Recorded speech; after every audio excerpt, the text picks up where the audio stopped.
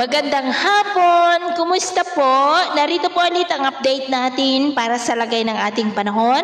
Ngayong hapon po ng July 2, 2024 na kung saan sa ngayon ay patuloy pa rin ang pag-iral ng Intertropical Convergence Zone dyan po sa may Mindanao, easterly sa silangan ng Visayas at Luzon, habang ang habagat ay nananatili pa rin sa kanluran po ng ating bansa. At sa ating long-range forecast, wala pa rin namang bagyo na namamataan na tatawid dito sa ating bansa hanggang sa susunod na 2 linggo, pero posibleng may isang sama ng panahon na mabubuo sa silangan po ng ating bansa sa susunod na mga araw. At ayon po sa pag-asa, posible ang 2 hanggang 3 bagyo ngayong buwan po ng Hulyo. At sa lagay ng ating panahon, ngayong hapon ay maayos ang panahon sa malaking bahagi ng ating bansa, pero may tsansa pa rin ng maulap na kalangitan with isolated rains sa ilang bahagi ng Ilocos Region, Cordillera, ilang bahagi ng Central Luzon, Metro Manila, Calabarzon, Bicol Region, Mimaropa,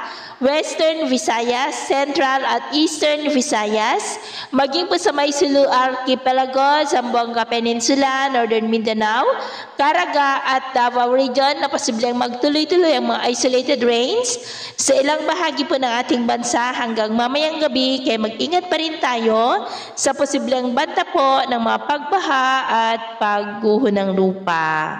At sa atin naman pong mga baybayin, wala po tayong nakataas na namang gale warning signals, pero iba yung pag-iingat lamang po kung papalaot tayo para mas makaiwas sa mga sakunang pangkaragatan.